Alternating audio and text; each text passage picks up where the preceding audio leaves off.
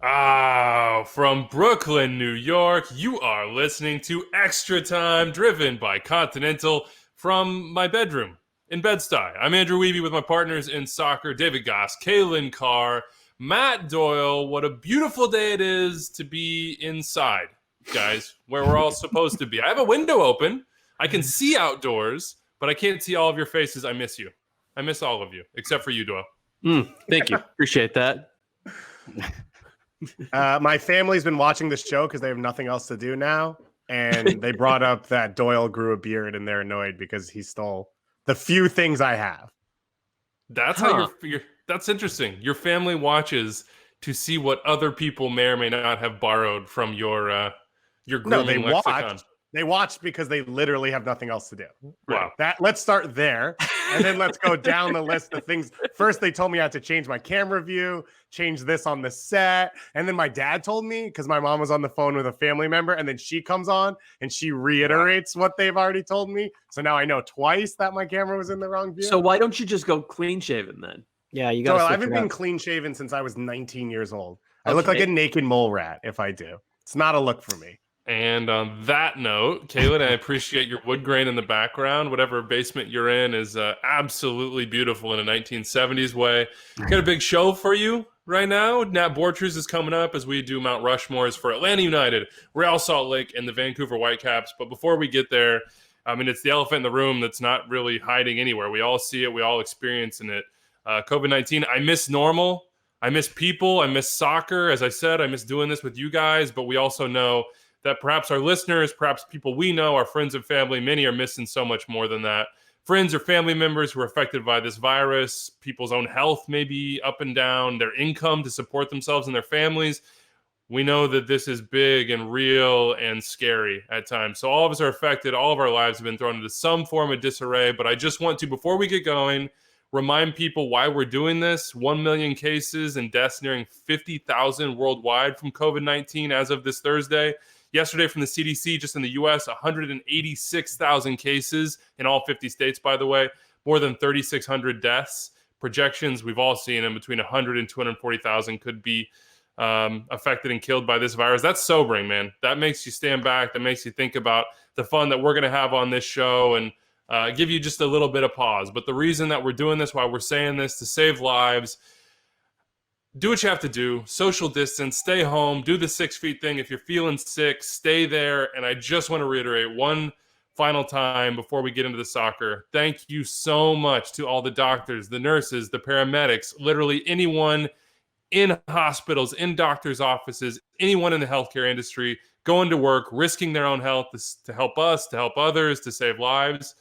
We cannot say thank you enough to you. So we're thinking about you as we do this, as we try to find some normalcy in these weird times, and we're thinking about every single one of our listeners out there.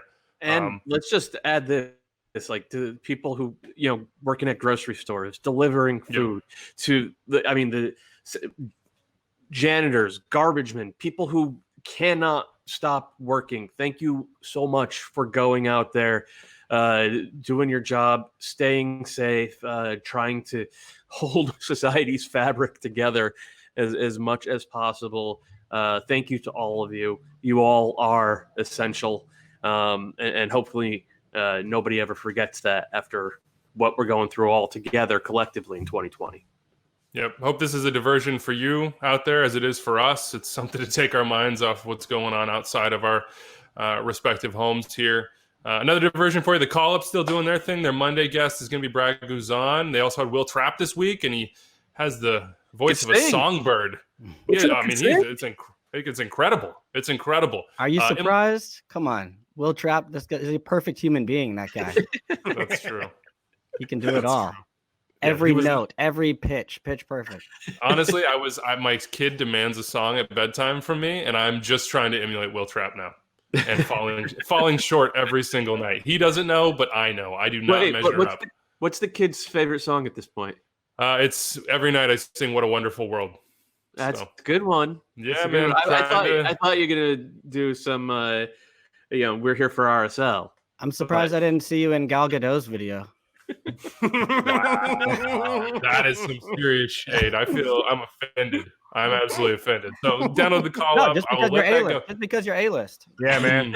See, that's you're mocking me. I know you're mocking me. All right, this is the same thing my wife does. Go to MLSsoccer.com. Nick Fershaw's Project 40 long form is there as well. I read anything and everything Nick Fershaw writes.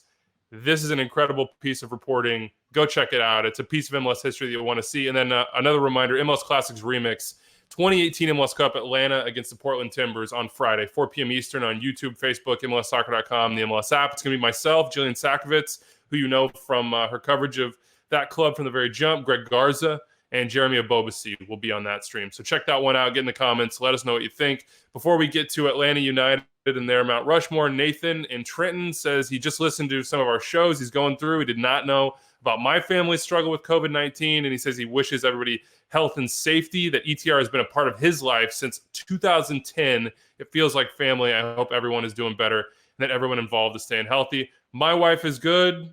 On the other side, we hope all of your family and friends are in that same boat. And then Anonymous, aka producer Anders, I think, suggested Rico Fjord Weeby as the name of my child, and I do like Fjord better than River, I have to say. But I thought you but had a broad policy of no bodies of water in the So I do, but she gets the middle name. She gets the middle name, so if we can, she can sneak that one in there. I've got a new one to add in because I did an online trivia the other day. A large arched coastline is called a bight.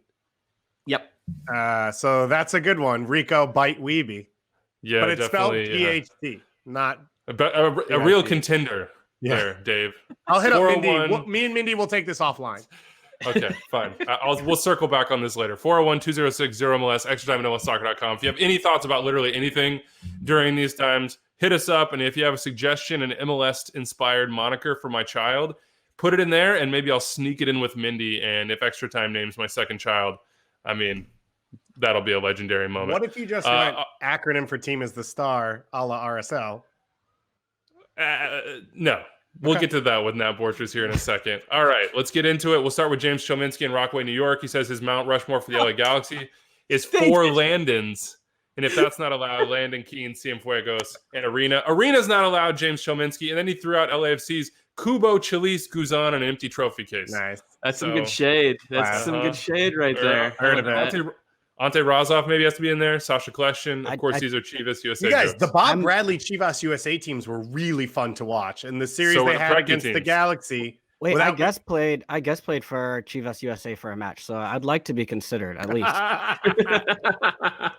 That seals it. We are doing a Chivas USA Mount Rushmore, so send us all your in the days that you could guest play in MLS. That was wild. A member of the Chicago Fire, now suiting up for Chivas USA. Back when MLS was a youth soccer tournament over Labor Day weekend. Like, hey, buddy, get over here. Oh boy! I wish I would have kept a kit. That's one of my biggest regrets. Too bad. All right, no regrets. Let's do this. Atlanta United's Mount Rushmore. You know their history here. It's not particularly long. 3 seasons, 3 trophies. I think you have some locks here, and you just start with Josef Martinez. He has to be the first name on the Mount Rushmore, and then his running mate is right there, Miguel Almirón as well, even though he did move on. But that's part of this club's history. It's part of what makes them special. It's the first in what they hope is many of these big money sales. Of course, Almirón to Newcastle United. He got Cup in 2018, Open Cup in 19, as well as Campeones Cup. Get us started, Doyle. Outside of Josef Martinez and Miguel Almirón, who has a shout? Who do you think belongs on this Mount Rushmore? It's really tough because it just, like you said, they haven't been around long enough. But really, from day one, Julian Gressel was awesome, and you could say he was at no point was he actually the best player on the team, which is fine because his teammates were guys like Josef Martinez and Miguel Almirón. Still pretty effective player. I think just in terms of the breadth and depth of the contribution over the course of 3 years, Gressel deserves to be there. Also in the community, I mean, what he did in that community, he just became immediately sort of part of the fabric and everybody embraced him.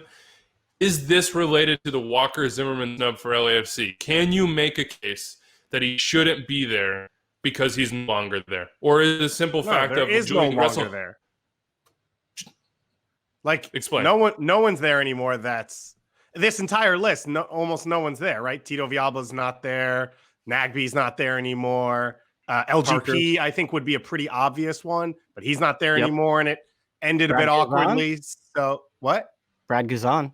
I think that probably is Brad Guzan's best argument for being on the list, is that although it took him a few months to get there, he's been there and he is still there, and I think is a vocal leader for the team. But I don't think Gressel being traded now changes the fact that he played 4 positions for them in key moments, in key games.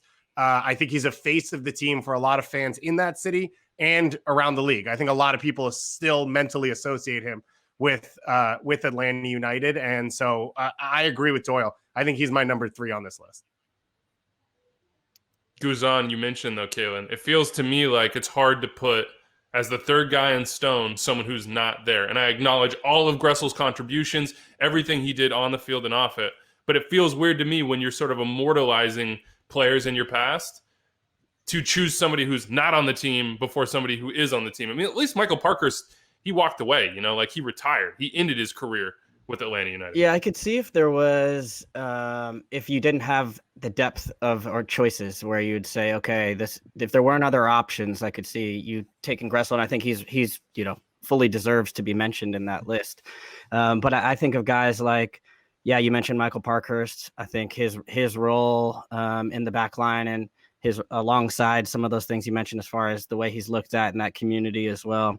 And then Brad Guzan, I mean, he's won titles. He was a U.S. national team goalkeeper, came back to start this project, played a massive role for them in their title runs. And then I think I would factor in what's still ahead of him and the fact that he's 35 years old, but goalkeepers can go for quite a ways. And in Atlanta United's case, it's a team that's constantly competing for trophies. So I think for me, Brad Guzan needs to be on the list, and I also think the same goes for Parkhurst. I think if you're looking ahead now, a guy that could possibly sneak in there, Miles Robinson. Same goes. I know he didn't play in the championship run, or he did. Did he play in the championship run? He did. He got 1 game in the playoffs. Okay, but he kind of broke through afterwards. So, but if they go on and win titles going forward, I think he's definitely a name, and he stays in MLS that could, really rise up to becoming a legendary status for Atlanta United. Okay, let me make 2 points here. Go ahead. Because, one is if we do this again in 3 years for Atlanta United, I don't think anybody would be all that shocked if Josef Martinez was the only name from the original list who was still on, Mount Rushmore for Atlanta United, just because they've brought in so many new players, and it seems like, if things go right and we get back to playing, there's still going to be a high level team. They're still going to compete for titles. So it wouldn't shock anybody if it changed. Second, another argument for Brad Guzan. If you think about the greatest moments, the biggest moments in Atlanta United history, almost all of them are Josef Martinez scoring a goal, whether it's assisted by Almirón or Gressel or, a long ball from LGP. The one moment that was not that was in MLS Cup right after Josef Martinez scored. Jeremy Abobasi had a great chance inside 8 yards, a header for Portland, and Guzan made a spectacular save. And he hasn't had to make a lot of those in his 3 years with Atlanta United because they've been so good. They just haven't had a lot of those moments in big games. But the one time they needed him in the biggest game that they've played in, he was there. He made the play. That's definitely another argument for him in terms of being on their current Mount Rushmore. I agree. And the other play that was a part of Joseph scoring in that final was Michael Parkhurst's tackle. Yeah. And that tackle on Jeremy Abobasi, that created the goal. And that was a sort of an iconic tackle that will go down in history. I do have to disagree, though, that the names may shift over time. Now, I'm not projecting, from what I've seen so far, that PT Martinez or Barco necessarily are going to ascend to this list. And Miguel Almirón, to me, had such a memorable, fantastic moment as one of the best players we've ever seen in MLS. So even though he wasn't there for a long time, I think I compare it to maybe a Dwayne De Rosario in Houston, whereas a part of those 2 championship teams right away to start a franchise, in a new city. And then when you factor in the record transfer fee, and then still the connection with the community and him and Joseph's friendship from Newcastle abroad. I mean, I just think that he's a name that I would see having a hard time not putting on this list for a long time to come. Yeah, look, I think you're right about that. I mean, there's a soul aspect of it of establishing a club, but also who he was.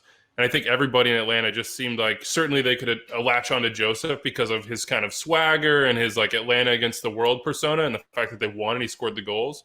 But like Miguel Almirón felt like everybody's best friend, right? Like not just Josef's, but everyone's, with the smiles, with the way he played, with the way he affected matches, with the way he seemed to, as a young guy from nowhere close to Atlanta, Georgia, just immediately connect with the community. That's what made it so special. So I don't think he will ever get wiped off. I think the moment and the place that he has in their history is so important that he will stay there. And by the way, who knows? Maybe he comes back at a later date. I'm just saying, maybe someday Miguel Almirón is back in those five stripes with his boy.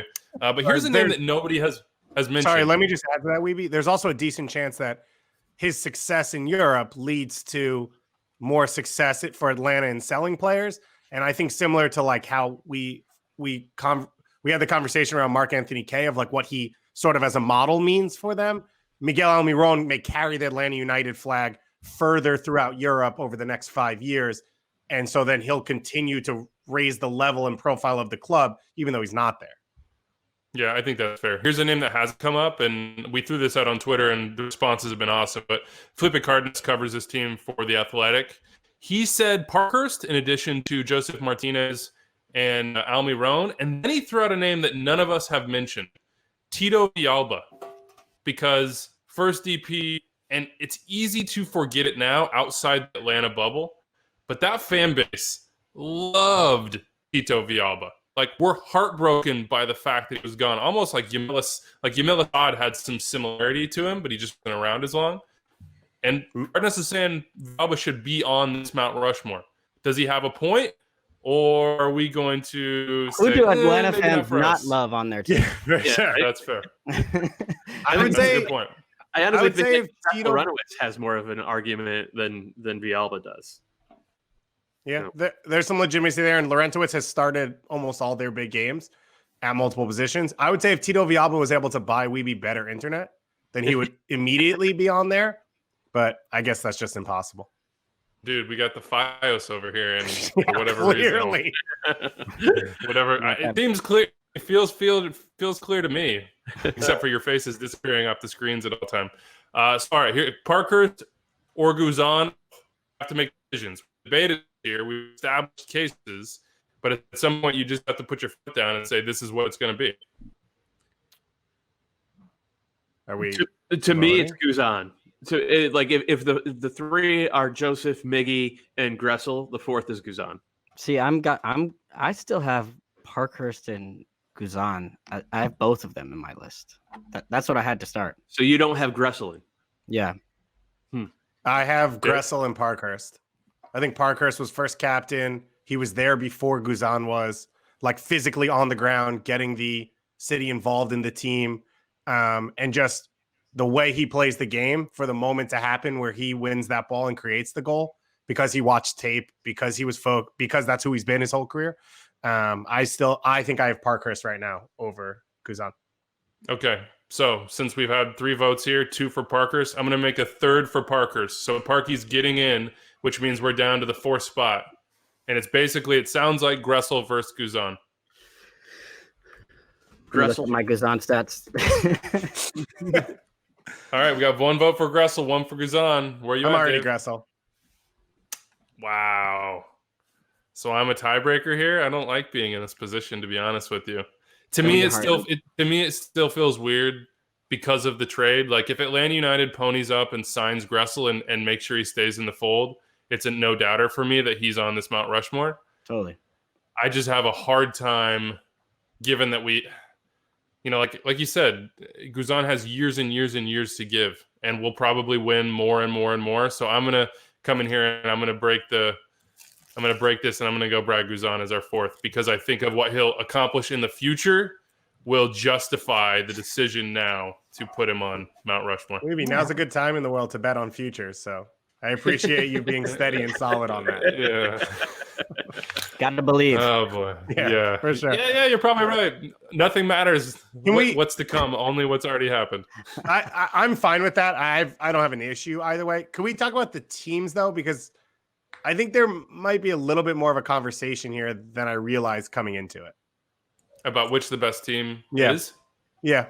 Really, it's not automatically gonna be the MLS Cup winning team, the team that was, this close to having the best record, or did for a hot second. Didn't they No. tied the points record, or almost got there? No, Almost the beat Red Bulls TFC. won Supporter Shield over them that year. Yeah, but barely. Okay, but And then who won MLS Cup? But at no point did they have the best record or set the new points record. Okay, fine. I missed that part. Yes. Got it. You missed that. But thank you for driving that point home. No, okay. I mean, okay, just correcting a mistake. I know. No, that I don't see the argument, David. Are you saying that the 2019 team, last year's team, was better than you're saying that the 2017 team was better? I'm saying you had pieces in Assad and Carmona that maybe man for man were more talented than the players you end up starting, because you still have Greg Garza on the team in 2017. So the differences to 2018 is Nagbe and Escobar over Assad and Carmona. And I don't know. I guess Nagbe's obviously the success and of the team. Remedi as well. Yeah, but you take Carmona over Remedi. I'm not sure you do. Okay.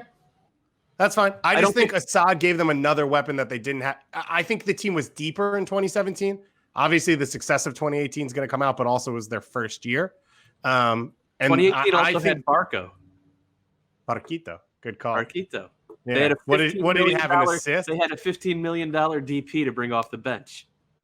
You're right. I think the quality of Nagbe is what takes it over the top for me in 2018. But in looking back at it, and I think it's hard because we're trying to judge like player man for man and squad plus like where they were at in their moment as a team and the flow. I think that was the conversation we kind of had with the Galaxy, right? Like the 2014 team isn't more star-studded, but they were playing better soccer at the time. Mm-hmm. So I think you lean 2018 for that, but it was closer than I kind of had thought it would be.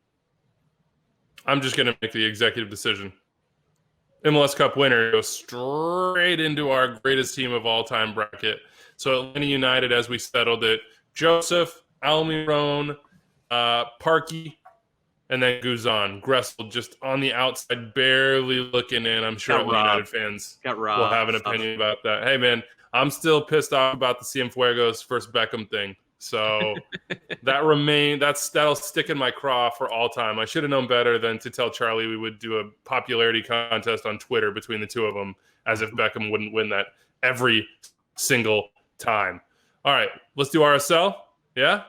We have Nat Borchers coming up right now, but first, some quick tweets.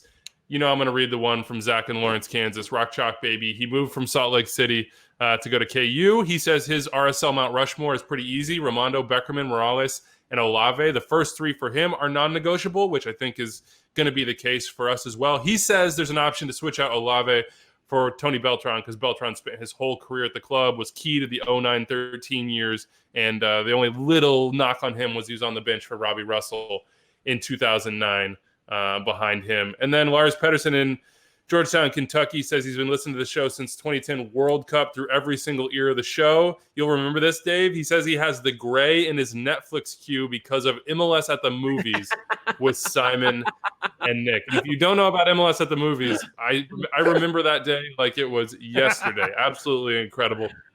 Lars grew up in Utah, so he lives in Kentucky, but still RSL TID. He says his Rushmore is easy as well. Rimando first, Beckerman second, Javi Mo 3, and then Jason Kreis 4, and I guess he's combining playing time as well as coaching time for Kreis. Lars says he could go Sabarillo over Kreis maybe, but for him, Kreis gets the nod. And then the player he says nobody will think about is Nat Borchers. I got to agree here. The first three are easy. It's Rimando, Beckerman, and Javi Mo, but let's bring on now Nat Borchers for an AT&T call to the field to get some stories from the good old days and hopefully establish the fourth on our RSL Mount Rushmore. Nat, welcome to the show, man. Thanks, guys. It's an honor to be on with you. I feel like I'm in your house right now. I feel like I'm right next to you. It's so intimate. I mean, we're getting to know each other really well here, guys. I mean, I'm in Gaz's kitchen / living area. I mean, you're whatever room that is, and you're in my room. This is where the magic happens, man. We're very intimate here. You have a beautiful pillow. Let's talk RSL, and let's take it all the way back to the day that you signed with the club and the day that you walked in the door. What was this club like when you arrived? Yeah, well, I'd come over from playing 2 years in Norway in the Tippa League and had a really up and down time there. The team got relegated my last year, so we were headed down to the first division, and I got a call from Robin Fraser, who was my former I played with him in Colorado, and now he was the assistant coach for Real Salt Lake. And he said, "Hey, we're building something special. Are you interested in coming over?" And honestly, at that point in time, I would have signed with anybody. I was ready just to get the heck out of Norway and come back to MLS. And yeah, it ended up working out, really well in terms of that. But remember the first day, walking into training camp, we were in Florida. I think we're in Miami somewhere, and walked out to training. Jason Kreis had this piece of paper. It said the team is the star on it, and it had a list of all these things that were expected of you as a player and as a defender, center back especially, about the way we're going to play, the formation, the style, the belief, all that stuff. And I was hooked. I was like, wow, I'd never seen anything like this before. And that was kind of my first impression of the club. So what I remember is Rice Eccles, the expansion team, scrappy, but let's be real, not very good or very competitive. And then obviously you win MLS Cup in 2009, but was that the moment that shifted the club from scrappy to one of the best teams, or was it earlier than that you saw it, or was it something else? Well, I'd played for Colorado before going to Norway, and so we'd played against Salt Lake, that first iteration of the team, and it was ugly. I mean, we lost to them.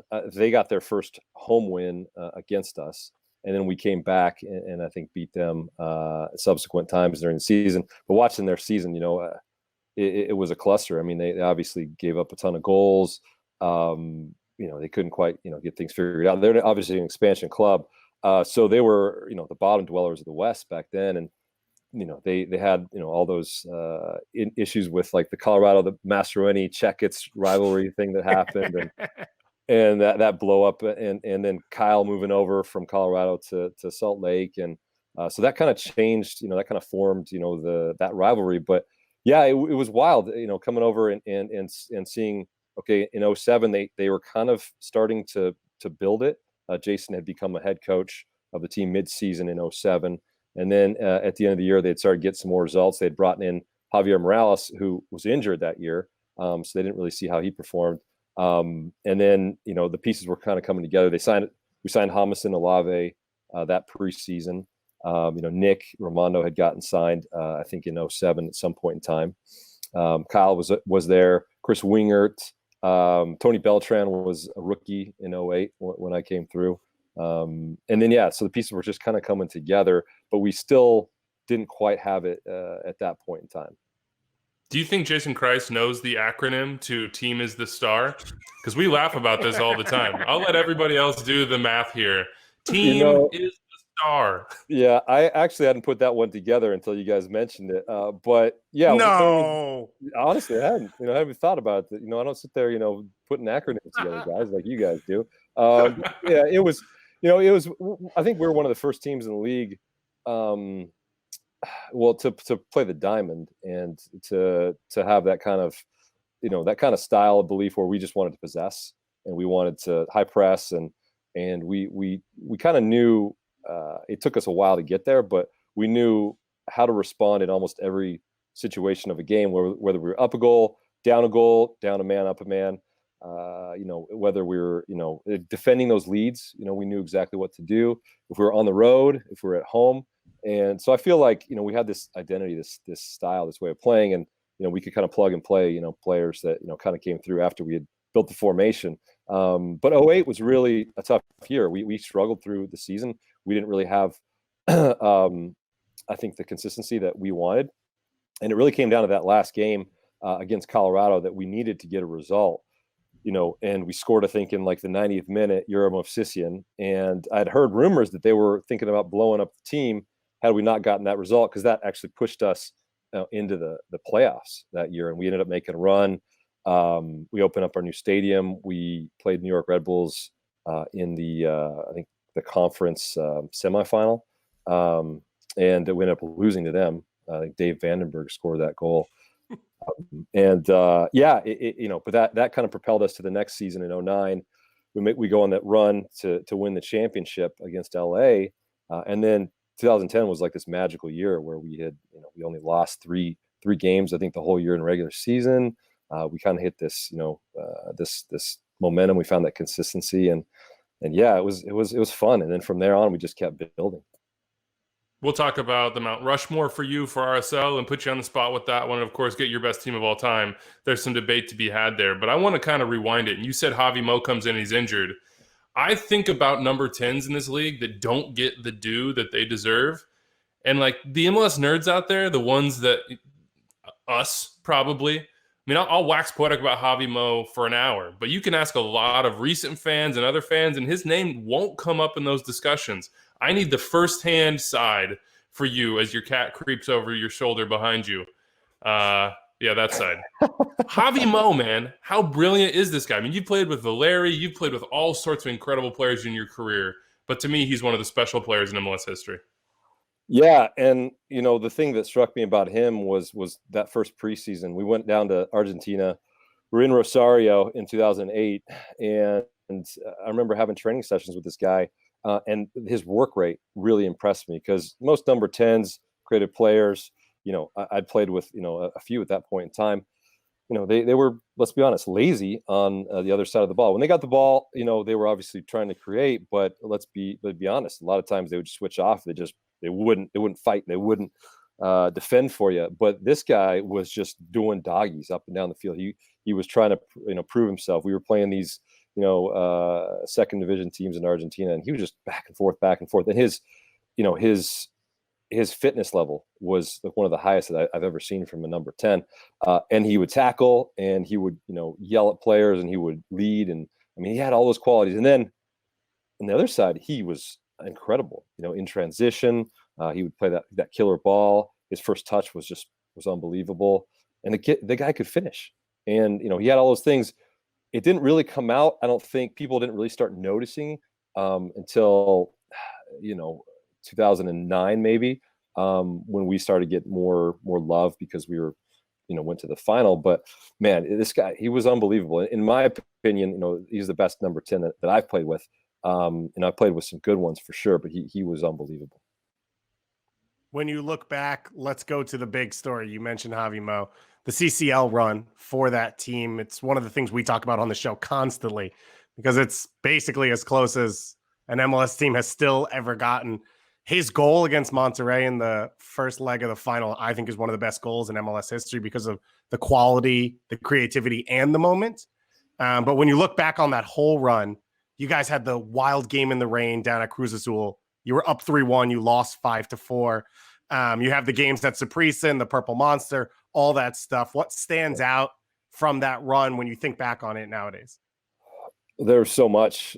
I mean, the way we went through, that whole period of winning those games, of taking it seriously, first and foremost. And I don't think many teams had taken it that seriously before. It was kind of like one of those competitions. It was like, well, we got Open Cup, we got regular season, how seriously we want to take this thing. We got injuries, in the, while we're dealing with all this, and it was the first time, Jason and I think ownership, at the time, Beckett's and Deloy Hansen had just said, look, we want this thing. We want to put, the league, more on the map. We want to put RSL on the map. And we're kind of playing for pride a little bit in those games initially. And then we made this run. I remember that game, in Cruz Azul, and, we had lost the game, but it was unbelievable. It was back and forth. There was 9 goals scored between the two teams. And, we just had a special group that, we really didn't give up. You fast forward to the final, and we'd beaten Saprissa in that series, and we're playing against Monterrey. That game they could have been up probably 4 goals in the first half in Monterrey. It was hot. It was a typical Mexican field where it was like you play the ball over the top and it just stops. So like for me as a center back who was like slow, who was chasing around Humberto Suazo, I was like, this sucks, And so I was dead like the first 15 minutes. I know Jamison, my center back partner, was dead as well. But we ended up kind of fighting and getting through that. And we get to the end of the game, we're only down a goal. And then Javier makes that run, makes that play. And it's like, oh, we're 2-2 now. All we do is go back home and get a draw. And as long as it's, 1-1, we're good. And obviously, that was a tough one. One of those games that you look back on, you're like, man, I wish we would have done better. Wish we would have done better in certain moments. And, just one of those you can't get back. We'll talk about the MLS Cup win. Unfortunately, I guess we've started on the disappointing side. You have the CCL final. You have 2013 in Kansas City, the crazy freezing cold game. You have the Open Cup that year against, let's be honest, garbage Fire DC. Like, do you ever think about, or when this group gets back together and you guys are having beers, you're just hanging out, like, damn, what could have been, in the sense that we really could have filled up this trophy case? Because for what you were, what you accomplished, the players that you had an opportunity to be, and you still are, in the conversation of one of the best groups in MLS history. Like, it was that good. Yeah, and certainly we had our 10-year reunion last year for RSL, that 09 championship team, and yeah, that's one of the first things that you come back. It's like, we won a championship in 2009. We did a great job. We set the tone there, but we got back to the big games 3 times and we couldn't get it done, and that hurts for sure. You look back as a player in your career. I've won 2 MLS Cups, but it's the losses that you think about more than the wins for some reason. And I think back to certainly, 2013 MLS Cup, we could have done better there. I think back to, the CCL game that we should have, done better against Monterrey, and certainly the Open Cup game in 2013 against DC United. And those were all games that were decided by goal. And it's like, the game of soccer is just, it's so close, those edges that you play on, those bounces, and you have to get it done in the important moments, and we couldn't. We were a good team, but you look back at the teams that did get it done. You have to say, hey, my hat's off to you. Those LA Galaxy championship teams, throughout the 2011, 2012, those teams. I mean, just they got it done. And we couldn't get it done. So yeah, we were really good, but in the big moments, we couldn't get it done. So that definitely, you think back on that as a player, but you certainly, we had a good team. We just were almost there.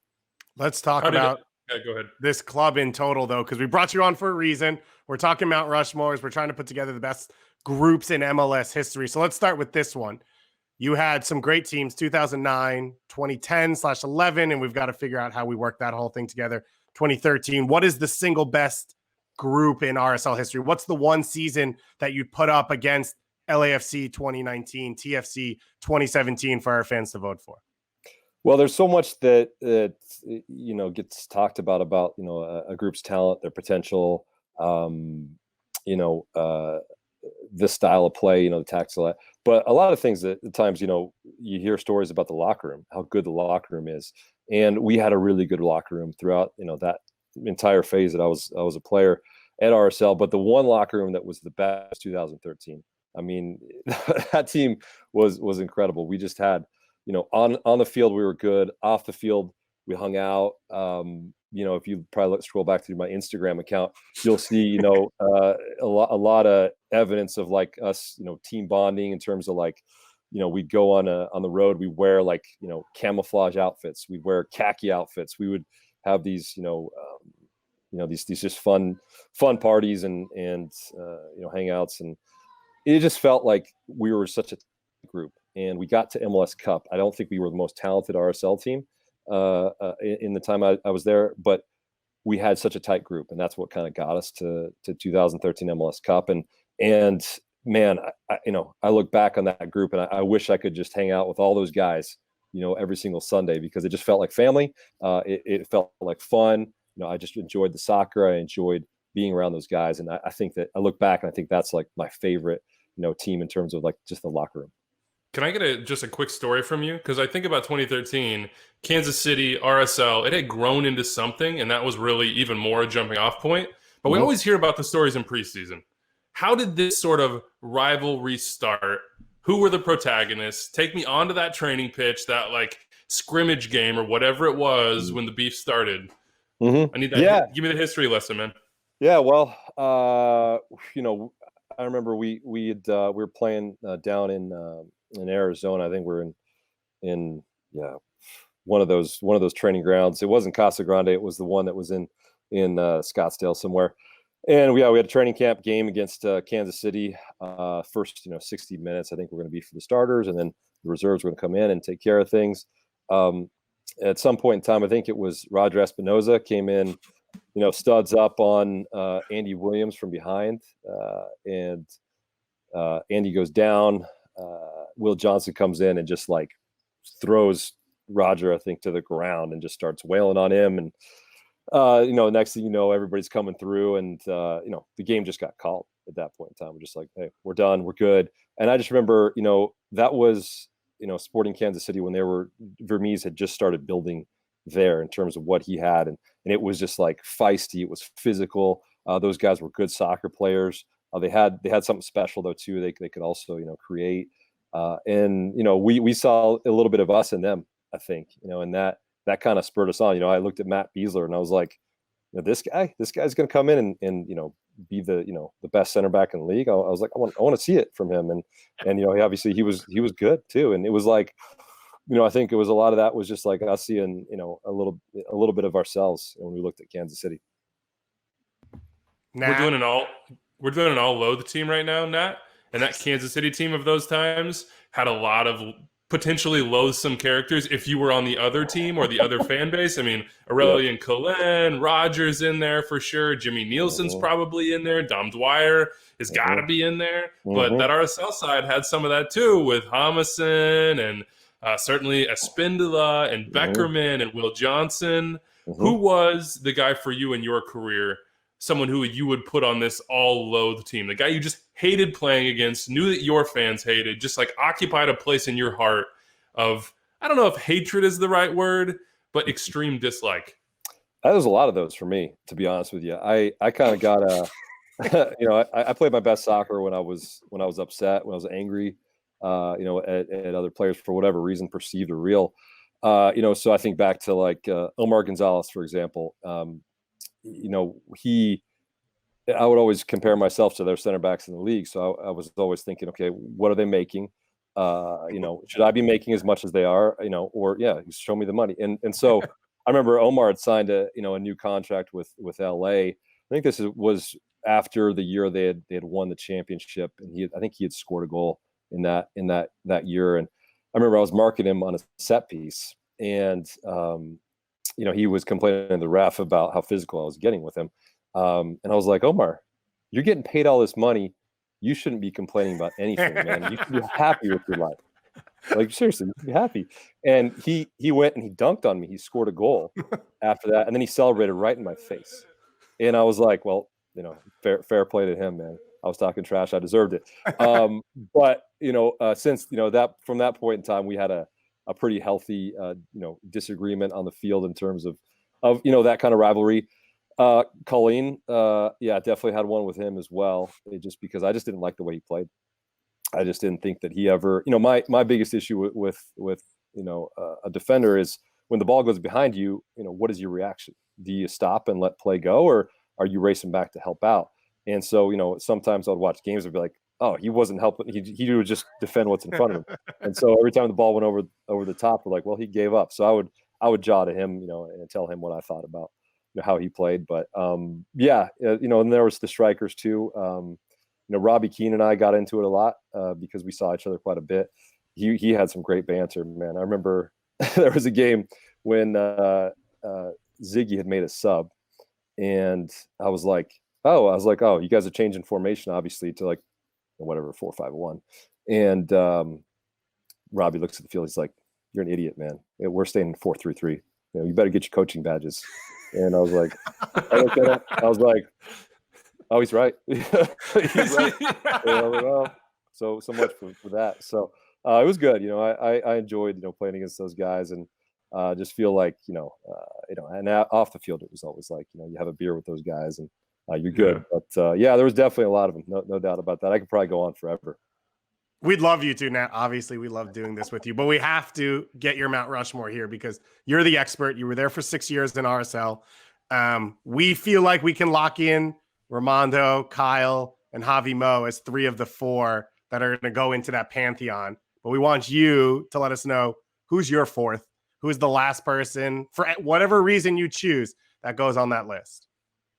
Yeah, it's a great question. I think there's an argument to be made for, guys like Brian Dunseth and Andy Williams, who they started with the club right in 2005, and Andy continued with us and won a championship. So he really put his time in. I think he's a supporter's favorite. You look at James and Olave. He's a guy who I played next to, who was, he was a beast, man. He had everything that I didn't, in terms of, just the speed, the strength, and he just kept opposing teams honest just in the way he played.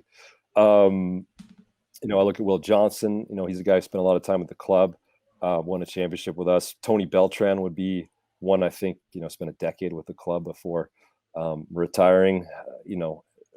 There's quite a few guys. Ned Grabavoy could also get a shake just because he had some of his best career moments with Salt Lake. So I think it's hard. You have to pick one. Yeah, I think it's hard. I don't know if I'd be able to just go with one, guys. I'm going to go with the political answer here and say, I'm going to leave that to you guys. Wow. We brought you on for this whole thing, Nat. You can't even give us one name. Really? I mean, okay, how about this? Okay, put me on the spot. No. Sorry, I was giving you the out, and now you went back to take. I'll go back. No outs. No outs. I'm in. What's the one name? All right, I'll go with Tony. I'd say Tony. Yeah. Would be the one guy I'd throw in there just because of his longevity with the club, his loyalty, and the fact that he started. How many times do you have a player that starts with the club and finishes with the club in a 10-year span? I'm just waiting for Deloy Hansen to give him his testimonial, and then maybe I'll get called back in for a game. So now that we got you on the spot, though, Nat, last one. You texted me yesterday. You said you had some big news you really wanted to come on the show and share outside of these Mount Rushmores. Is there any announcement you'd like to make for the group? Well, that was yesterday, Gus. All right. So yeah, I was coming out of retirement yesterday. You obviously didn't fall for that. You should have. I think you were about to. My heart was racing, and I would text you almost did. I think you almost did. I was like, I really wish Gaz would fall for this so I could get a tweet from him and retweet it and perpetuate it. But yeah, I was coming out of retirement yesterday. Today, no, back to the bike. Back to the bike today. This has been a wonderful interview. We always love chatting about the history, but I think the best part, and I think Matt Doyle would agree, is your cat lurking over your shoulder whose name I now need. I must know the name of your cat. Female cat, by the way. Female cat named Taco. Taco. Okay. Goes along with our show. Doyle's cat's name is Paquito. Oh, perfect. And you got the Taco FC Dallas jersey in the background. Yeah. Gosh, so we're good. We're all in.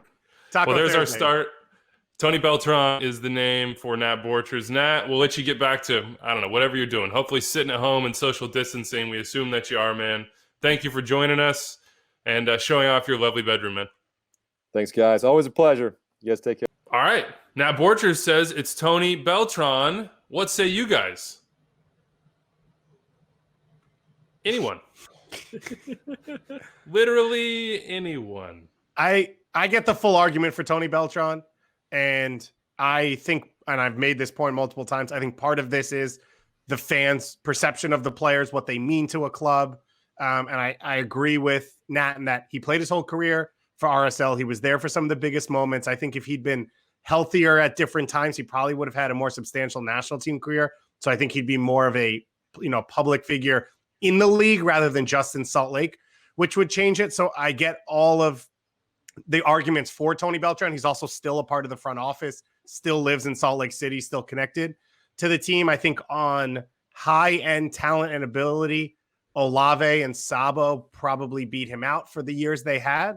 And he's not going to mention him, but I think Nat has to be in the conversation as well for being one of the best center backs and part of the best center back pairing for 6 years in MLS.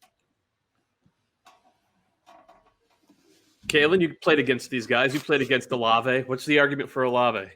Well, he was the best center back in the league for me for stretches, and he was a guy that, I mean, alongside Borchers, they were impossible to play against. But Sabo was probably he was the guy that I was terrified of. Everybody was just so afraid of. He had incredible speed. His strength was obvious, but he had a lot of intelligence and ability to really read the game and influence the game in different ways. So he was up there. I think Sabo for me probably takes the cake as far as my spot, just because club all-time leading goal scorer, 63 goals. So lethal in the box and scored a lot of big goals for the club as well. So not the biggest personality, a little bit more of a silent assassin type, but really as far as top end talent goes and best strikers kind of that era, he's got to be mentioned in that group. Doesn't seem like, and maybe I'm off. I don't here, mean to take, I almost feel like because Nat was so good, it almost takes away, it's hard to pick away from Olave, and it's like they almost split the vote in some ways. Nat was there longer than Olave, which is his argument, but Olave won Defensive Player of the Year because, as Kalen said, he was the best center back in the league at his time. Yeah. And Nat also has years in Colorado. He has an MLS Cup in Portland. He's still in Portland. How does that get him on the Mount Rushmore of RSL? That's what I'm saying, is that there's a little bit for Nat. There's like a little bit of a split there. Like it's not for Saborio, for Olave, for Beltran, certainly. What do you mean? Olave won a Supporters Shield in New York. Oh, crap. I forgot about that. I'm just getting corrected all day.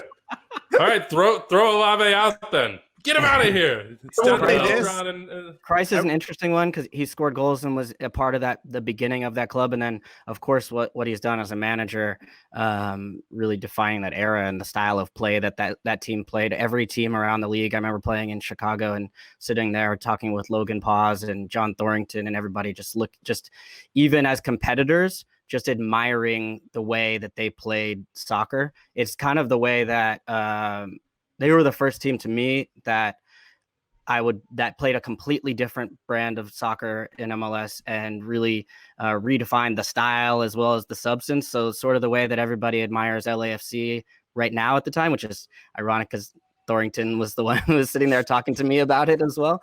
That was the way everybody around MLS, from the players, looked at those RSL teams and was like, man, I would just kill to play in this system or this style, even though it was really hard to replicate. I mean, other names that stand out to me are Chris Wingert was around that time.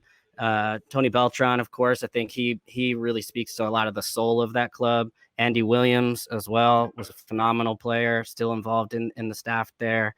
And then Kreis, I think in the early days when RSL really wasn't, they actually had some fun teams in those expansion years, but I remember there was one moment where they were just pinging it around us at Rice Eccles when it was with the Fire with Blanco there, and the ball comes up and they were playing like the ball bounced up and Mehdi Bellucci goes to like grab the ball out of the air. They were just showboating on us and then just let it drop down to his feet and play. And Andy Williams, I think, megged me a couple minutes after that. But it was Kreis, I think the only thing that is tough, because we did put Ben Olsen in for DC United, and that felt right because of his sort of combination of manager and playing career. So that's making me feel like Kreis should definitely be in too. But I just have trouble because Kreis was so good for FC Dallas, and he won the league MVP in 1999. And when I think of those Dallas burn teams, like Jason Kreis is one of the first names that comes off that list to me as like a club icon for them.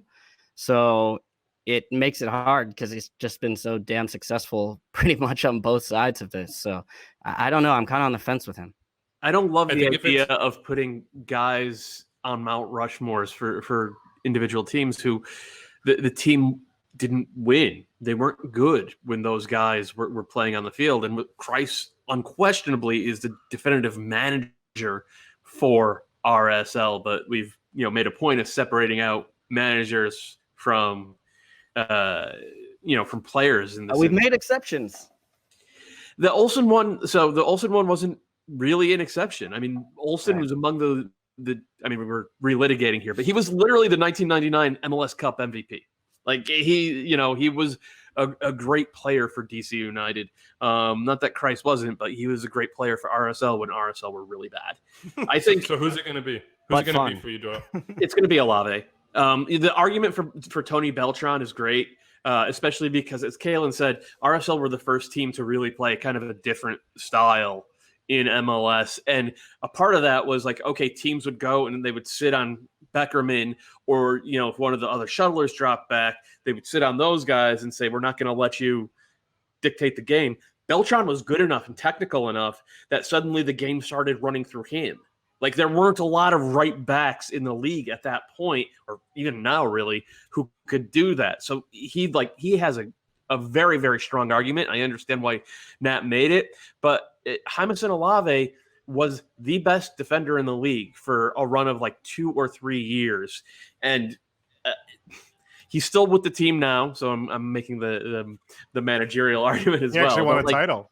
He won a title last year with Real Monarchs, but no, he was just so good. There aren't 5 teams in the league who had a center back who was that good for a run of 3 years. RSL did, and that was the reason. Well, one of the big reasons why they were one of the very best teams in the league.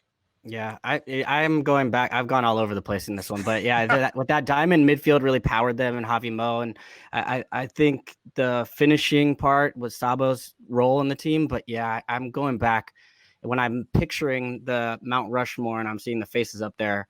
Like, I'm seeing Olave's face again, and I'm scared. So I feel like he's getting my vote in this one too. And I'll tell you this, Kalen, we didn't get into it because we didn't have enough time. We don't know why, but we brought it up to Nat before we got on, and he laughed off Sabo. So it wasn't an option for him. He was between, I think, Olave, Andy Williams, and Beltran. I trust Nat.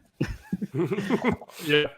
I mean, I think that's 4 of us. I would put Nat up there before I would put Sabo. So, Okay. There you go.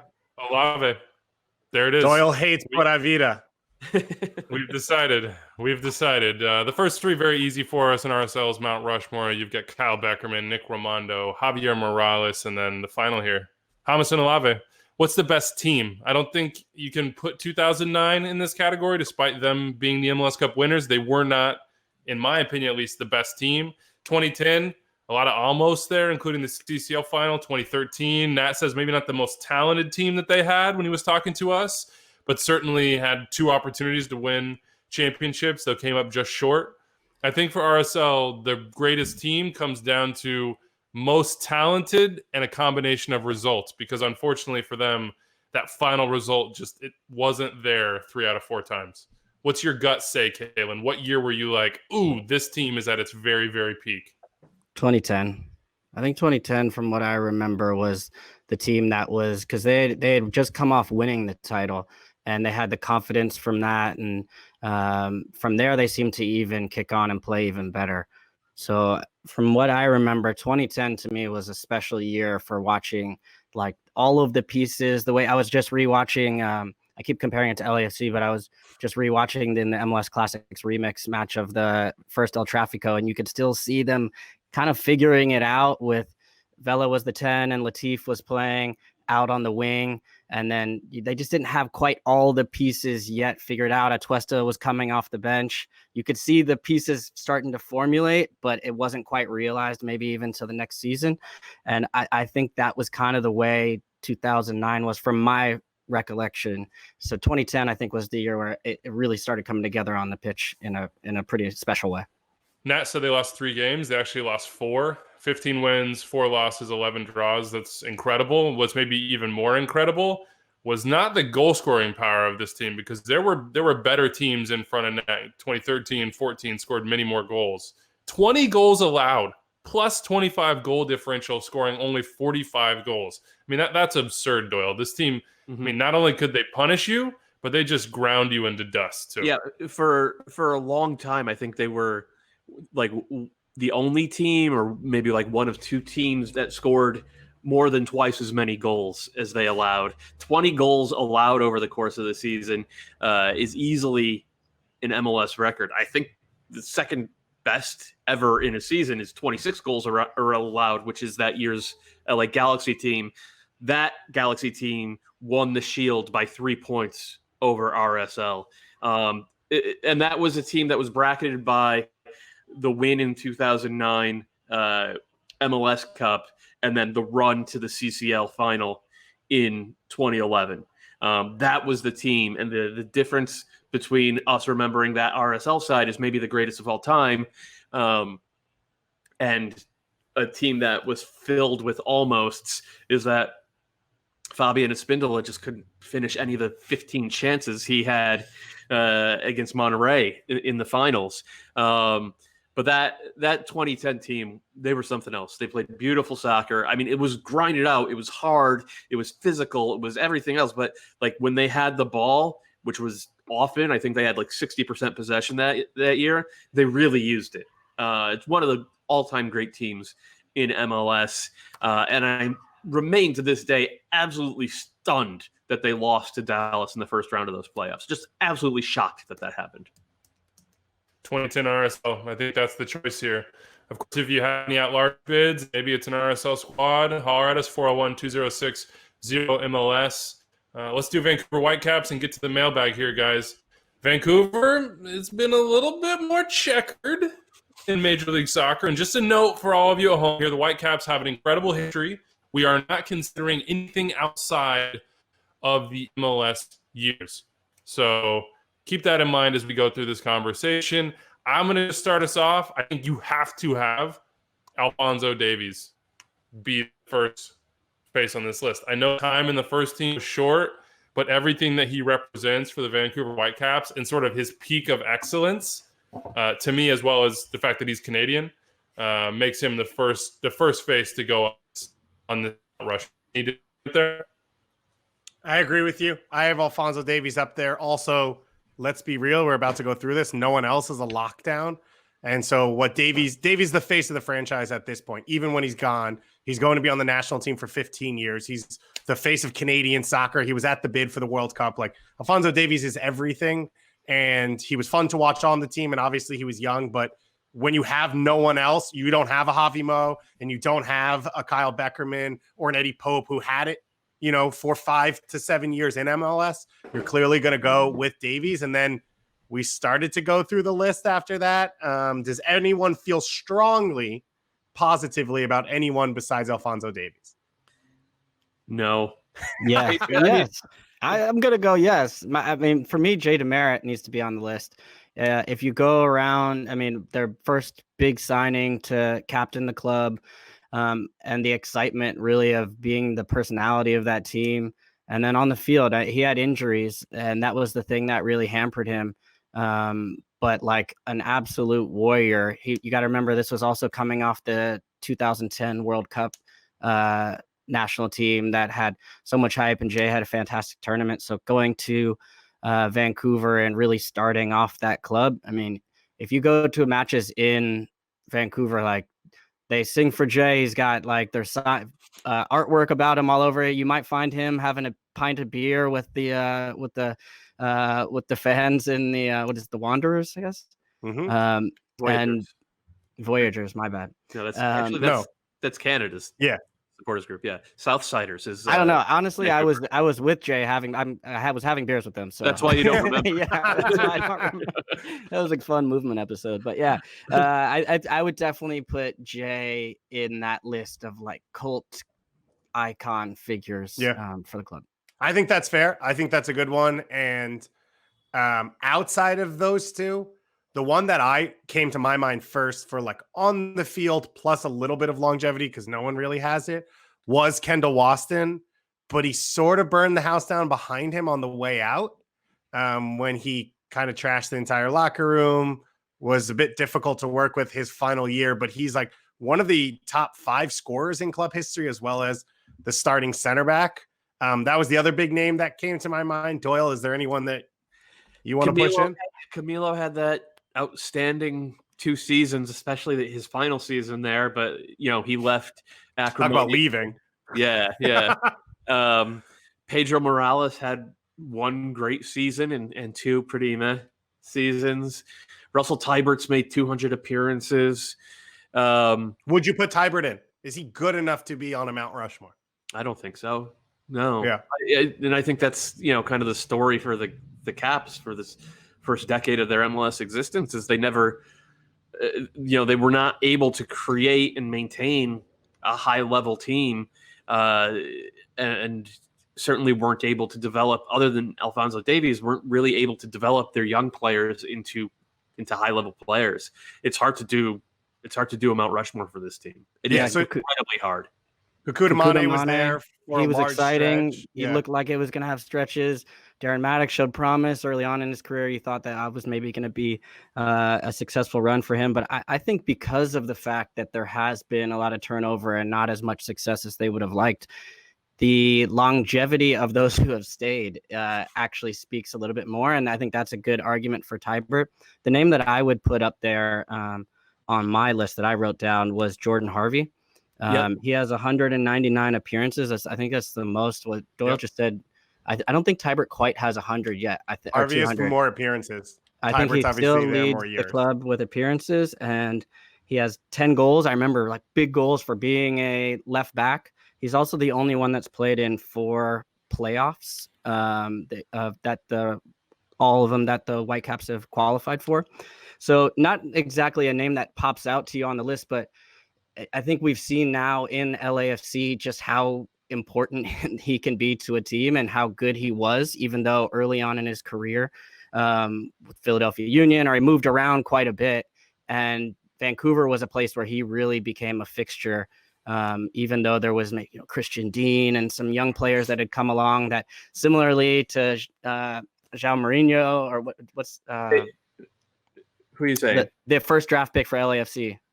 João Moutinho. Yeah, who's come along, and then it just keeps going back to Harv. And so I think for what he was able to do, longevity, even through a lot of changes all around you, that's a really difficult circumstance to do. I had to live through that through some Chicago Fire years.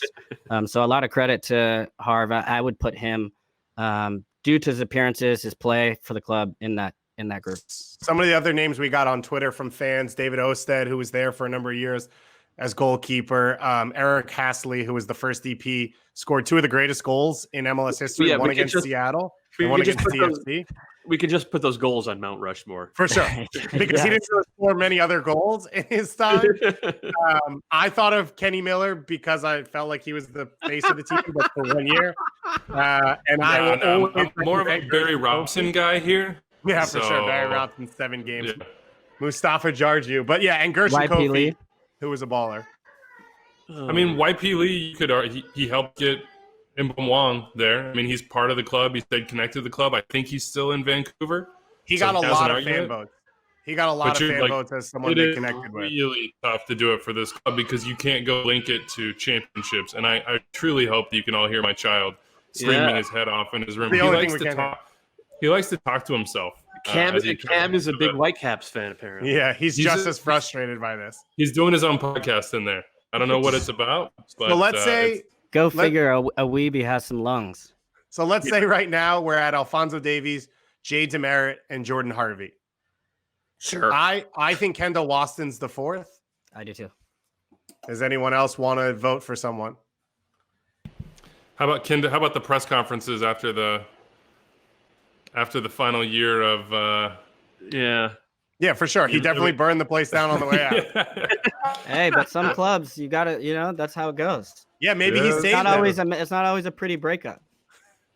I mean, in that way, a contract with another team while you're still in that under way, I like contract YP Lee in some ways to be in the spot, though his impact is not as large, just because of end up on the Mount Rushmore when he did burn it down on his way out. Yeah, I feel good about. That's a more positive. It's almost like it's like an elder statesman, right? Mm-hmm. As opposed to sort of a decisive figure in some ways. Well, okay, Teibert too. If you want to go Teibert for also, he's in that appearance list. He played in the academy or in the USL system, I believe, or he had to come up through the ranks. Residency at the time. There you go. Thank you. Yeah. And then also he's the only one on this list that's still with the club. For sure. Somebody that can continue to have an impact or a role as things move forward under Marc Dos Santos. So that's another argument for him. Doyle, do you have a vote? I'll throw in a vote for Teibert. I know they still love Jay Demerit, and he's probably, but like he played 6,000 minutes. He played like essentially 2 seasons worth of minutes. He only had 1 healthy year. to me, that's more of a cult figure than a Mount Rushmore guy. But I also think that it's like some teams just they haven't earned a Mount Rushmore yet. And that's what it is. For like, if we're in 2025 and we're still having the same argument about the Caps, Mount Rushmore, then things in the 20s haven't gone much better than they did in the 2010s. Do we put this one to fan vote? Sure. What? All right. So the fan vote is Kendall Waston, Russell Tybert, and YP Lee. Yeah. Can you do multiple choices in votes? That way we could have them pick the final two, or should we just say Jay Demerit is in? Jay Demerit is in. Okay. Kalen came with his research. He was ready to go. Respect the man. He played 6,000 minutes. Doyle, no one was on this team for more than 2 years except Russell Tybert, and that alone is an indictment on the franchise. Jordan Harvey should be there. We already put him in. He's locked in He's in. with Alphonso Davies and Jay Demerit. Those are three. I say take the fourth to the people. Fine. We'll take this one to the people. Although I don't know how much I trust the people after this fiasco that was Beckham versus Cienfuegos. All right, how about conversation, which is what this reps of the era? All right, Weeby, great point. What do you guys want to do for all-time top team for the candidates are 2012, which was their second season in MLS, their first in the playoffs, 2015 when they were second in the Western Conference and they won the Canadian Championship, and then 2017 where they won a playoff game. I'm pretty sure they smoked San Jose in the opening round of the playoffs, which was like one of the big wins in MLS history. Does anyone feel strongly? And then they did not register a shot. Yeah. All right, so I'll give them 30 seconds to enjoy themselves. The point of this podcast is to enjoy life for a second. Easily 2015. 2015. That was their best team, even though Pedro Morales kind of stopped playing midway through the season. But they were deadly on set pieces. They were great on the break. And then honestly, it looked like they were about to they were outplaying Portland. And then Kekuta Mane got hurt. If Mane hadn't gotten hurt in that series, I think that series goes in a different direction. Whether they could have built on that, I don't know. But the fact that they finished second in the West, they won the Canadian Championship, and they looked good in the playoffs until an unfortunate injury, I don't think there's any discussion. It's got to be that 2015 side. Yeah, I'm in agreement. I like Kalen? it. I like it. I'm with you. All right, so we're locked in. 2015 Vancouver Whitecaps going into the all-time greats. I mean, this is an exciting moment for Vancouver. Guys, should we have had Matias Laba on the list of potential Mount Rushmore? He was really good for really good for them. But as everyone you have this conversation with, for how long? For a year and a half, 2 years? Is there anybody on the current roster other than Tybert, I know we mentioned, that you think could play a role for them going forward? Like that could become a club legend like this? You'd hope if we have this conversation in 2025, Cavallini's on this list.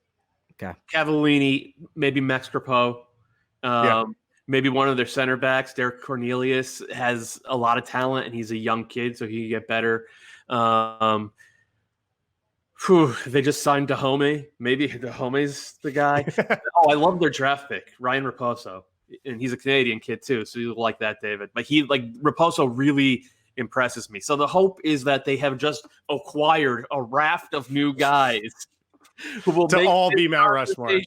Make this conversation difficult, but in a better way 5 years from now instead of difficult in kind of a sad and depressing way. Last little piece to add to Kalen's argument for Jay Demerit was they had an incredible shutout streak when Demerit was actually healthy, which Joe Cannon was a part of. I actually had forgotten Joe Cannon even played on that team. And then we got to close out on getting our draw for the next show because we'll be doing two more teams. So Kalen, I thought we'd go Kalen on this one. We'd go Kalen heavy. So I've got up here your MLSsoccer.com stat sheet. And I was thinking I'll go with games started and games played in 2006, your first year with the Fire. Is that cool? Wait, what are we doing right now? I'm just going to pick off the randomized list of teams. Each one has a number next to them. Okay. I was going to go based off your 2006 MLS stats, 3 starts and 22 appearances. Is that good? Lot of burn off the bench. A lot of burn off the bench. Good production though. So on our list, number 3 is How Perfect San Jose, and number 22 is Columbus Crew. So 2 classics, 2 OGs for the 25th anniversary on Monday. We are hoping to have some special guests as well. We'll see how that goes. Does everyone feel good about today's show, or are people frustrated with the way the votes have gone? Besides Andrew, who's dropped out because he has no internet, and we may not let him back on the show.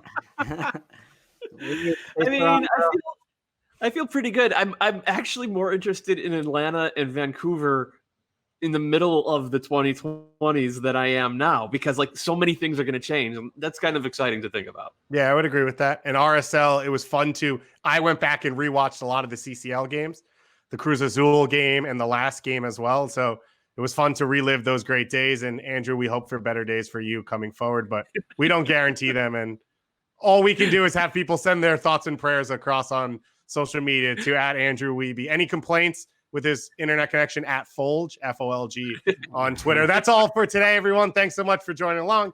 Thanks so much for watching. Don't forget, Vancouver fans, go vote and wash your hands, cough into your crook, all the good things. Stay as far away from Doyle as you can, 6 feet minimum, 2 meters, as they would say across the pond. All right, everybody. Thanks so much for watching. Have a great weekend.